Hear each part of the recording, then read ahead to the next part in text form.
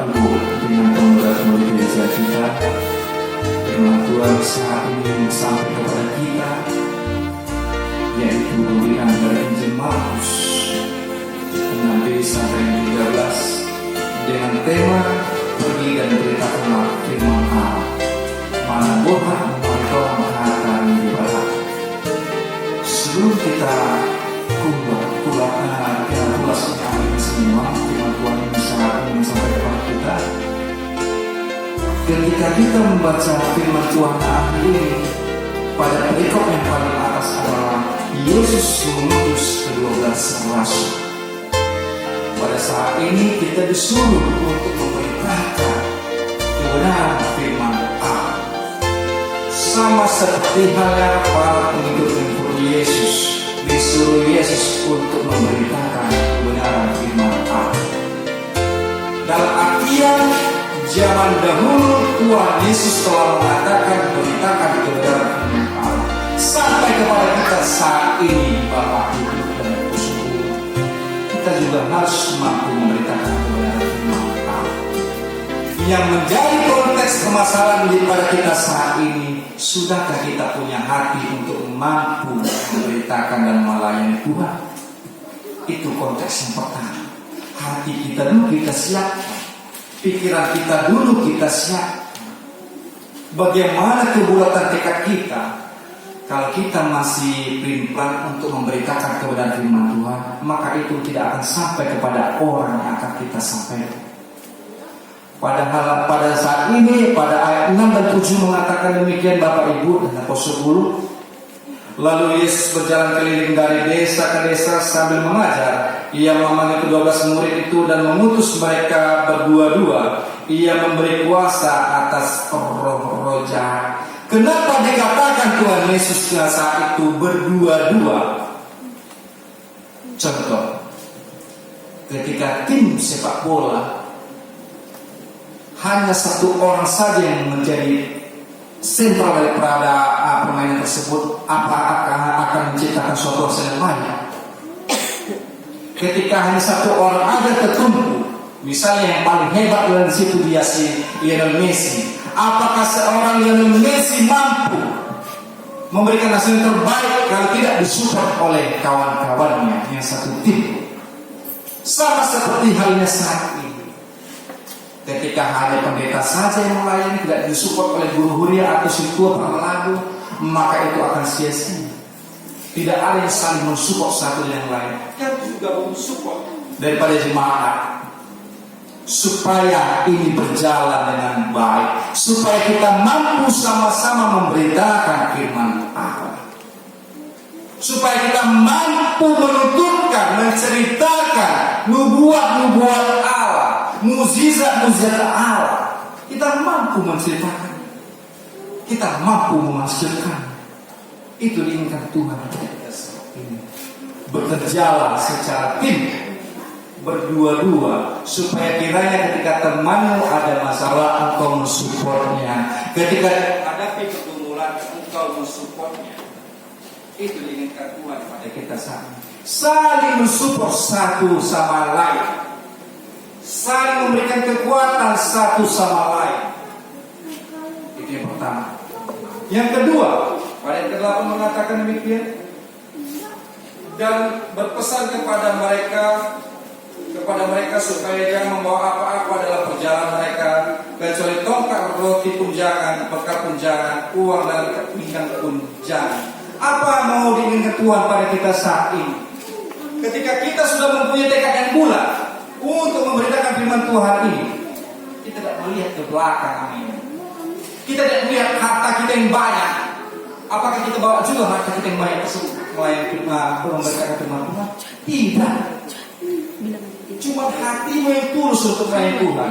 Cuma hatimu yang bersih untuk memberitakan firman Tuhan. Harta itu tidak akan kau bawa. Itulah kata kasarnya. Ketika engkau nanti sudah dipanggil Allah, itu tidak akan kita bawa.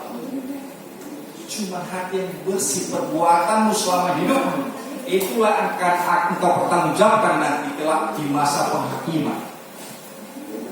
Tapi banyak sekarang Bapak Ibu, Apostol Guru, jemaat yang terkasih, Kayak sekarang, saya katakan dulu, hamba-hamba Tuhan yang notabene ya, ketika dia sudah menerima ini, menerima apa yang dikatakan sebagai pelayan, hamba Tuhan, ketika ditempatkan kepada lahan yang kering, mereka cenderung menolak. Cepat-cepat berubah. Cepat aku tidak, cepat aku tidak. Ketika mereka ditempatkan pada lahan yang basah, maka mereka akan bertahan dengan lama. Dengan berbagai cara pun mereka akan bertahan. Karena mereka membawa embel-embel untuk melayani. Mereka membawa embel-embel untuk memberitakan firman Tuhan. Padahal Tuhan Yesus mengatakan, uang di kaki pinggang pun jangan engkau bawa. Tuhan Yesus katakan demikian. Tetapi banyak hamba-hamba Tuhan, pelayan Tuhan saat ini cenderung notabene kepada motif ekonomi. Bagaimana hitung-hitungannya? Aku melayani di sana, bagaimana hitung-hitungannya? Aku melayani di sana, bagaimana hitung-hitungannya? Tuhan Yesus tidak pernah memperhitungkan pelayanan dia. Tuhan Yesus pun tidak pernah memperhitungkan pelayanan dia. Apa yang telah diperbuat mereka, baik mengusir roh-roh jahat, memberikan kebenaran firman Tuhan, membuktikan mukjizat-mukjizat pada saat itu, mereka tidak mengharapkan balas jasa. Mereka tidak memikirkan bagaimana selanjutnya pemberian-pemberian atau tidak. Itu yang mau sampaikan Tuhan Yesus kepada kita mengenai kebenaran firman Tuhan saat ini kepada kita. Pada ayat yang ke-9 mengatakan demikian, Bapak Ibu, aku 10.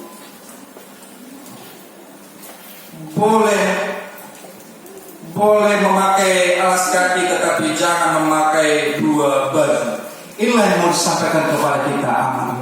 Tidak boleh serak, tidak boleh egois. Ketika tadi kita diajak bersungguh bekerjasama dengan tim, lakukanlah kebersamaan itu. Junjunglah sportivitas, junjunglah bagaimana sebenarnya berteman, bersahabat, saling mengasihi, tidak menjelekkan satu dengan yang lain, supaya satu jalan, tidak ke kanan dan tidak ke kiri, supaya kebenaran firman Tuhan itu boleh tegak lurus. Tidak menyampaikan A temannya menyampaikan B. Ketika satu tim, mereka akan sama-sama mengatakan apa yang harus kukatakan, apa yang harus kulakukan. Itu supaya kebenaran firman itu boleh sampai tegak lurus kepada siapapun yang menerimanya. Pada yang 10 mengatakan demikian, Bapak Ibu, 10. Katanya selanjutnya kepada mereka, kalau di suatu tempat kamu sudah diterima dalam suatu rumah, tinggallah di situ sampai kamu berangkat dari tempat itu. Yang itu tadi saya katakan, Bapak Ibu dan Saudara jemaat yang terkasih dalam Tuhan Yesus Kristus. Yang saya katakan tadi demikian. Ketika seseorang ditempatkan, maka sebagai pelayan Tuhan kepada gereja-gereja yang katakanlah paling besar, yang secara ekonomi mapan gereja tersebut, cenderung para pelayan Tuhan tersebut bertahan lebih lama. Benarkah aminah? Benarkah? Bahkan pada suatu ketika pun SK ataupun SK mutasi diberikan pimpinan kepada mereka menganggap itu adalah angin lalu. Karena tadi mereka berdiam cukup lama di situ. Oke lah, kalau berdiam cukup lama memberitakan kebenaran firman Tuhan, oke, fine saja Bapak Ibu, lepas 10. Tetapi kalau keinginan dia tahan lama untuk memenuhi keinginan dagingnya, itu sangat berdosa. Berdosa di hadapan Tuhan. Walaupun di hadapan manusia dia dikatakan segala macam alamat, segala macam, tetapi di hadapan Tuhan dia adalah orang yang berdosa. Tuhan mengatakan, tinggal berdiamlah. Tetapi jangan cukup lama engkau di situ. Bergeraklah engkau. Bergerak supaya tidak statis pelayanan, supaya tidak konstan di situ-situ saja pelayanan. Karena banyak orang yang bersentuh hati, jiwa dan pikirannya, supaya mereka sadar bahwasanya Tuhan Yesus sumber karunia, sumber berkat, memanggil engkau untuk datang ke pangkuannya, memanggil kita semua untuk datang meminta kepadanya apapun yang kita inginkan dalam setiap rencana dalam kehidupan kita. Tuhan pasti akan wujudkan. Amin. Ayat 11 mengatakan demikian Bapak Ibu tersebut. Dan kalau ada suatu tempat yang tidak mau menerima kamu, dan kalau mereka tidak mau mendengarkan kamu, keluarlah dari situ dan tebaskanlah debu yang di kakimu sebagai peringatan bagi mereka. Sungguh menyentuh Bapak Ibu. Pergumulan terjadi di akhir penerangan. Kami juga dapatkan informasi bahwasanya kami tidak menerima pelayanan Sintua, kami tidak menerima pelayanan pendeta dan pendeta nami buruk dan jemaat nami hamu. Aduh, begitu saya mendengarkan demikian Bapak Ibu.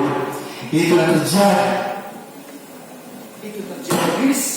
Sangat miris kalau kita mendengarkan perkataan demikian. Tetapi mengatakan demikian, saya cuma bisa berdoa sadarkanlah dia dengan setiap perkataan ini, agar tidak balik perkataan ini kepadanya. Seorang pelayan sebagai hamba Tuhan, mungkin kita cukup ditegur dengan hal-hal demikian sebagai pematangan iman kita, karena kasih karunia Tuhan lebih besar dari perkataan mereka. Ada yang begitu besar, begitu besar kasih karunia Tuhan kepada kita.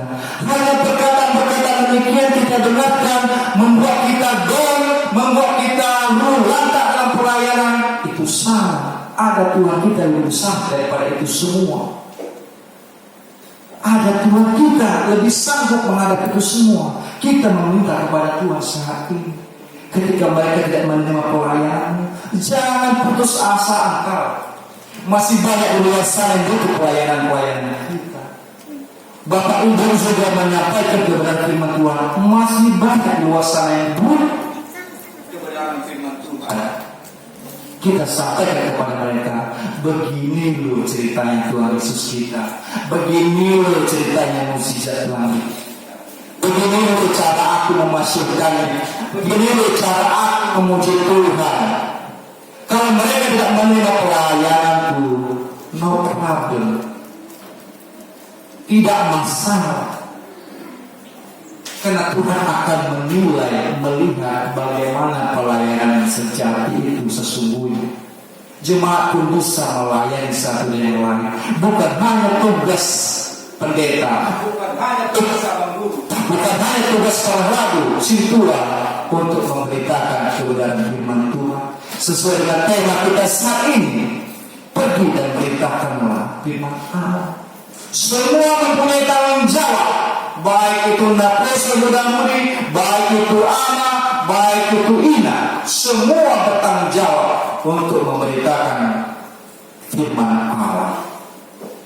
Tidak hanya pelayan Tuhan, supaya ini tegak lurus, supaya kita bekerja bersama-sama, supaya kasih karunia Allah itu mengalir pada kita saat ini. Pada ayat ke-13 mengatakan demikian Bapak Ibu.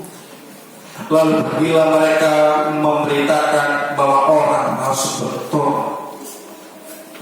Yang ini mungkin agak sulit kita memberitakan kepada orang, tapi kita berusaha mendoakan mereka. Hei, jalanmu sudah salah. Hei ama, jalanmu sudah salah. Hei nak, jalanmu sudah salah.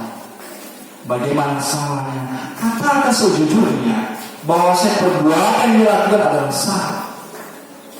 Apakah benar semua? Apakah lalu? Apakah pendeta benar semua? Apakah pucuk itu benar semua? Tidak. Tetapi kita sampaikan kepada mereka, walaupun notabene diterima atau tidak, kita sampaikan supaya kita tidak ikut berdosa, supaya mereka tersadar. Saya pun sering katakan kepada amang guru kita, kok amang guru salah soalnya, amang guru salah soalnya. Tapi itu memang kita baguskan sama-sama. Itulah tadi dikatakan Tuhan kepada kita, bekerja berdua-dua, bekerja bersama-sama dengan tim supaya berjalan seirama, seia sekali demi kemajuan gereja, demi kemajuan pelayanan, demi kebenaran firman Tuhan boleh disampaikan. Pada ketika harus mengatakan demikian,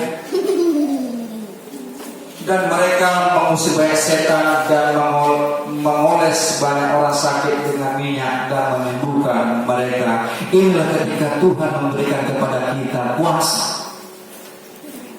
Ketika Tuhan memberikan kuasa kepada seseorang, dia mampu mengusir setan, mampu mengusir apapun dalam kehidupan mereka yang menjadi penghambat mereka untuk maju. Kuasa Tuhan dilimpahkan kepada kita, tidak terlepas kepada kalian, kepada kita semua, Bapak Ibu, kepada kita semua. Tuhan berikan kuasa itu, bisa. Siapapun itu berhak menerima kuasa Allah, tetapi minta dengan sungguh-sungguh. Minta dengan sungguh-sungguh. Ketika kita diangkat pada tema demikian aminan, pergi dan beritakan firman Allah. Dengan tadi saya katakan pertama, bekerjalah bersama-sama dengan tim, saling menguatkan, saling mensupport, saling mengingatkan. Itu dengan ketulusan ini. Kuasa Allah diberikan kepada orang-orang yang minta kepadanya. Kasih karunia Allah lebih besar dari apapun yang ada di dunia ini. Maka raih dan minta kepada Tuhan Allah. Itu dengan ketuhan Allah kepada kita semua. Jika pelayanan tidak terima orang lain, lakukan kepada orang lain yang mau menerima. Jangan kau berputar-putar di situ saja. Terus bergerak, terus bergerak, terus bergerak. Jangan kau diam saja. Sama seperti usaha kita. Bagaimana kalau usaha kita terus saja diam situ, terus saja diam situ? Tidak akan berkembang usaha kita. Bergeraklah kita. Ada doa halana jawiba alaihi amdo amina oleh najia bukan amdo. Ada profet? Tidak ada. Bagaimana dengan perempuan yang mau sampaikan kepada setiap orang kalau kita hanya mau berinjil, kalau kita hanya duduk saja di rumah, melewati hari-hari yang terus berlalu, waktu yang terus berlalu, hanya diam di rumah saja, terus bergerak. Kalau engkau tidak bisa berlari, berjalan. Kalau engkau tidak bisa berjalan, merangkak. Apalagi ketika orang melihat datang dia, engkau terus berusaha memberitakan kebenaran firman Allah, maka orang akan datang dengan sendirian untuk bertobat.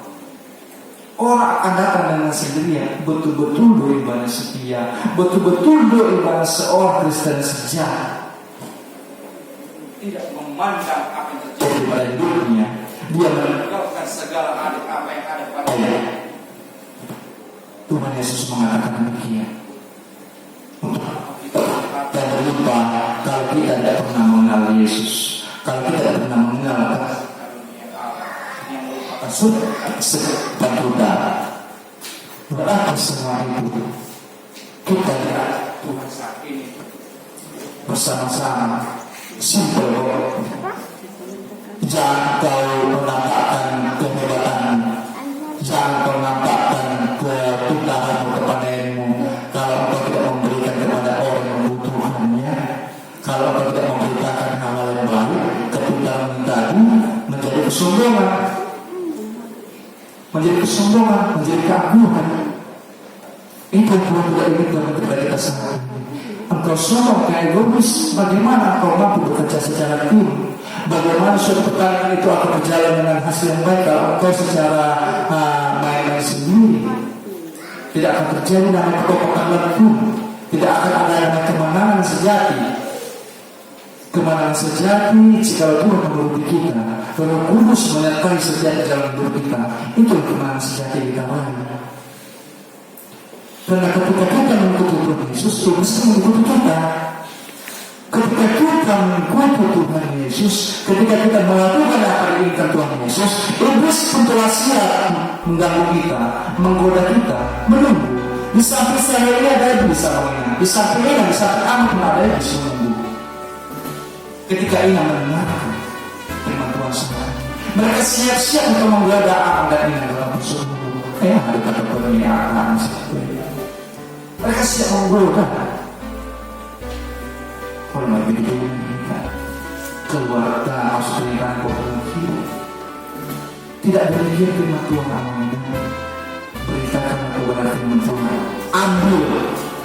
Ambil kebenaran firman Tuhan tadi. Ambil poin-poin yang menjadi penguat dalam kehidupan kita sehari-hari. Ambil, lakukan dalam kehidupan kita sehari-hari. Refleksikan dalam kehidupan kita sehari-hari. Di balik semua itu, amin. Bertobat kita. Bertobat. Ketika kita melakukan kesalahan besar, bertobat. Tuhan menerima pertobatan setiap manusia yang meminta kepada pertobatan sejati yang kau lakukan, sehingga apapun menjadi pergumulan dalam kehidupan ini, maka Tuhan akan menjawab itu dengan suatu jawaban yang indah yang tidak mampu kita selami dalam kehidupan kita. Kiranya firman Tuhan